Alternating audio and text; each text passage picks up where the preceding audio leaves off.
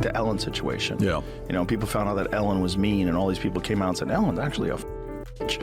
And they were like, oh, Yeah. I can't believe it. And she lost everything. She fell apart, disappeared, because people found out that this character that she was portraying in a half an hour on a television show is not really who she was. My buddy Greg, who was one of her writers, was like, she's a piece of shit. And he was like, she's a monster. All these staffers started to come out, not for nothing, but I know a guy, I know him very well, whose sister worked for her, who said, you were not allowed to make eye contact with Ellen in the halls of that show.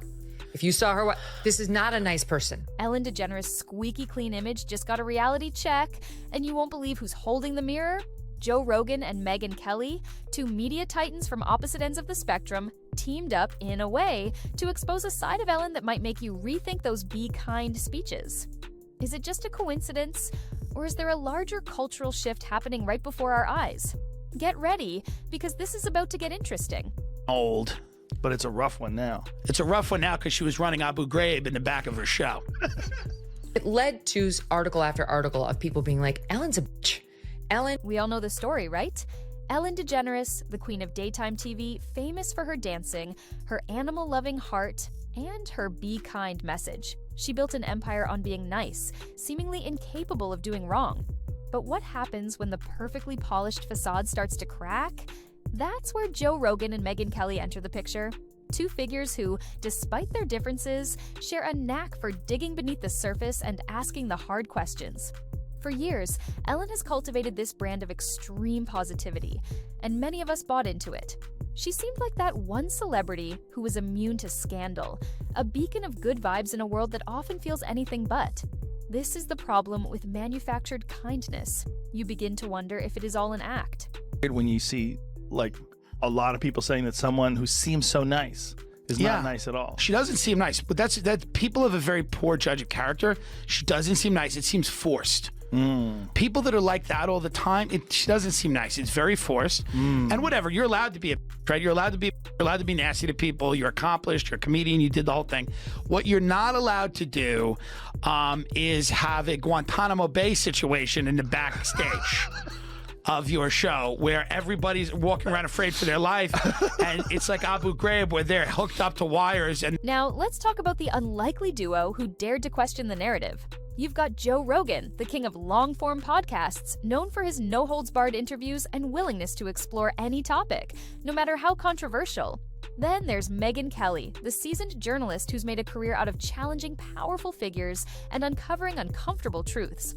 Both of these media juggernauts, in their own unique ways, decided to take a closer look at the Ellen DeGeneres empire. Imagine this. It's like having a comedian and a detective team up to solve a mystery, and the mystery is Ellen really as nice as she seems? I have a question for you on this. This is perfect for you. Because I'm seeing this week that there is an attempted comeback by somebody who did not cross one of those fateful lines of the misstepping on their sacred cows of gender or race or sexuality. Yeah. But she was said to be a nasty biatch, and that's Ellen DeGeneres. Yeah. So her show got canceled after she had this testy exchange with Dakota Johnson, where something happened where Dakota said, oh, I had this birthday party. And Ellen said, well, why didn't you invite me? You didn't invite me. And she said, like, no, I did invite you, Ellen. That's not what happened. And Ellen had blown her off and then tried to play the victim on the set with her. Anyway, it led to article after article of people being like, Ellen's a bitch. Joe Rogan, with his signature blend of curiosity and skepticism, approached the situation like a cultural anthropologist studying a foreign tribe. He questioned how Ellen's be kind persona aligned with rumors of a toxic workplace, where employees allegedly faced a less than kind environment behind the scenes.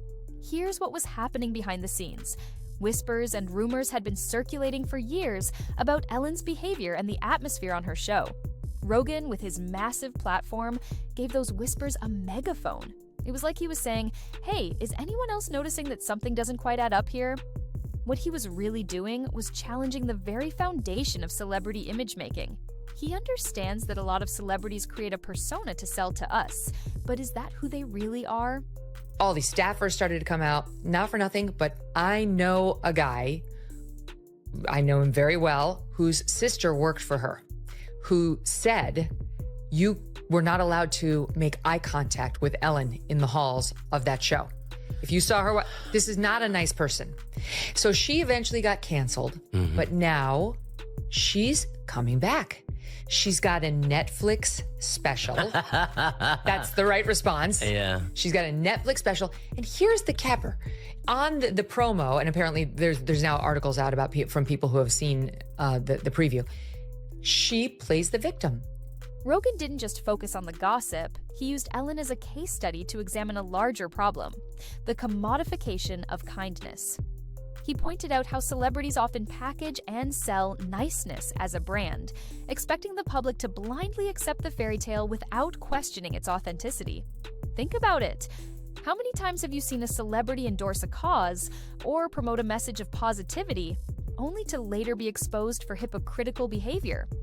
Joe Rogan tapped into that growing skepticism, and he wasn't shy about calling out the double standards. What this really showed us is that authenticity matters more than ever. Rogan understands that real people, not robots, are the most popular with fans. Have they made progress with the strike? They're picketing right now, so I think it's the early stages. I would think it might take a little bit with this one. For me, and she actually has the nerve to say that she was run out of Hollywood. This person with she has $100 million in her pocket. 450 million, according to Forbes. That's a low estimate. Yeah. Because so now she's out there saying, I was run out of Hollywood. She's actually reportedly complaining about how hard it is for women in America with the double standards. Look at Oprah, how hard it is for her. Oh, she's got, like 10 houses, Ellen DeGeneres? Michelle Obama, look how hard it is for women in America. They're hurting. They're going to let her back in, Rob, because she's a lesbian, she's a leftist, and she didn't hit one of their sacred cows. On the other side, Megyn Kelly took a more corporate approach, dissecting Ellen's empire with the precision of a seasoned investigative journalist. She didn't focus on rumors. She dug into the facts, examining lawsuits, employee complaints, and allegations of a harsh work environment. What's interesting is that Kelly's approach was less about personal attacks and more about exposing the disconnect between Ellen's public persona and the realities of her business practices. You can tell she was thinking about all those employees who may have suffered under Ellen's leadership. Kelly's move made it clear that just because someone smiles and dances on TV doesn't mean they're running a charitable organization. Look at it. Oh, well, you know where that is too, right? It's a similar image to that, right? No. I know Jamie does. What is it? It's on the set of a famous talk show that's now not on anymore. Oh, Ellen? Was that Ellen? Yeah. Really? Just look at the temple and then look at the... Kelly didn't spare the media either, calling out the press for often tiptoeing around Ellen's controversies to protect the brand. She highlighted how the media often prioritizes maintaining relationships with celebrities over reporting the truth. By bringing these contradictions to light, Kelly challenged the media's role in perpetuating unrealistic and often misleading celebrity narratives. Here's why this is actually a big deal. It forces the media to be more accountable and encourages them to dig deeper instead of simply accepting the PR spin. What this means is that we will see more balanced reporting on celebrities. She's a leftist, and she didn't hit one of their sacred cows. Nastiness, that's their bread and butter. Well, I think everyone, I will say, like, the resentment, I think everyone should have a chance for reconciliation. I don't think Jesus exempted anybody. And so I do, while it does, because I have been allowed back in, but I don't hold any grievance and resentment. It's very important. And I would just say for Ellen, the resentment, you have to know, you have to get over resentment to whatever addiction or addictive qualities happen. Together, Joe Rogan and Megyn Kelly created a powerful force that challenged the carefully constructed image of Ellen DeGeneres. Rogan questioned the narrative, while Kelly exposed the corporate underbelly. They didn't need a dramatic confrontation or a Twitter feud. Their commentary and analysis were enough to make the Be Kind Queen's crown wobble. This reminds me of when investigative journalists started uncovering the truth about some of our biggest companies. It's a similar dynamic, the public image versus the internal reality. It's not just about taking down a celebrity, it's about holding powerful figures accountable and demanding transparency. IA agent, Stephen Paddock. And do not ask me for sources, but Stephen Paddock. Who's that?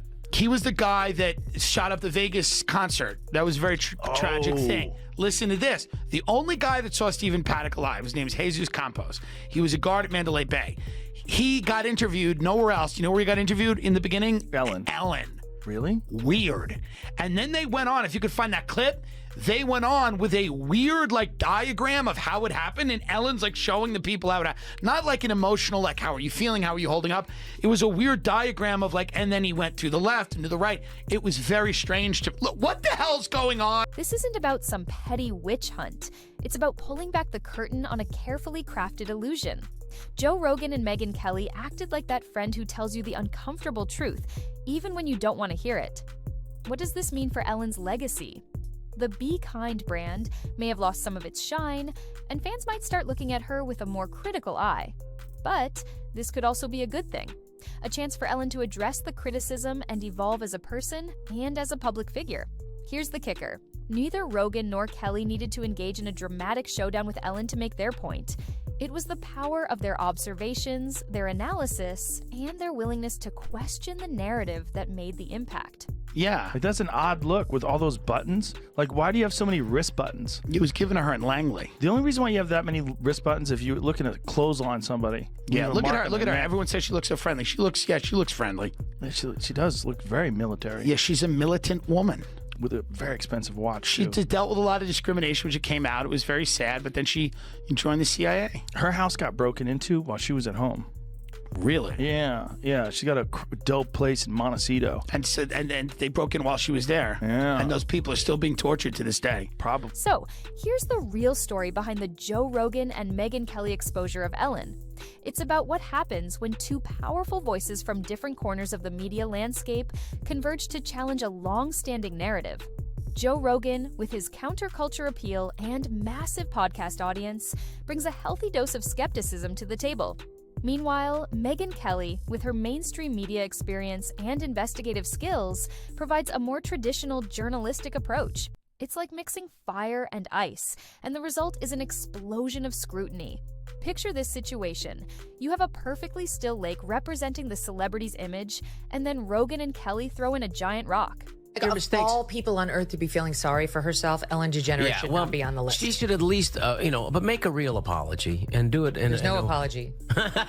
It's just woe is me. I was run out of Hollywood as she speaks from this grandiose stage on Netflix. Hello. Together, their voices amplify each other, creating a feedback loop that challenges the very foundations of celebrity worship. People are starting to question the authenticity of the kindness they're being sold by the entertainment industry's biggest players. How much of what we see is just PR spin? How much of it is genuine? All of a sudden, the idea of celebrities as flawless, saintly figures seems a little outdated and naive. Let me explain why this matters. Because we need to demand more from our celebrities. We need to hold them accountable for their actions and their words. Haven't been canceled if you are doing a Netflix special. She got $20 million for the one before this. Looking ahead, this shift could have far-reaching consequences.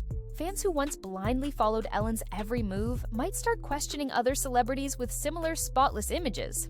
The spotlight might start to shine on the complex realities behind other polished brands, making it harder for anyone to hide behind a carefully constructed facade of kindness. Picture this, a world where celebrities are held to a higher standard of authenticity, where they're not afraid to show their flaws and be real with their fans. That's a world worth striving for. But here's the thing everyone's missing. It's not just about tearing down celebrities, it's about building a more honest and transparent culture. Ultimately, this whole saga reminds us that in a world obsessed with image, the truth always has a way of sneaking out. And sometimes, it takes unexpected allies like Joe Rogan and Megyn Kelly to help it along. If Ellen's legacy takes a hit in the process, maybe that's exactly what needed to happen. Because if the price of progress is exposing the cracks in our favorite fairy tales, then so be it. What this really shows us is that no one is above scrutiny, and everyone is accountable for their actions. You know what this tells us? We need to be more critical of the information we consume,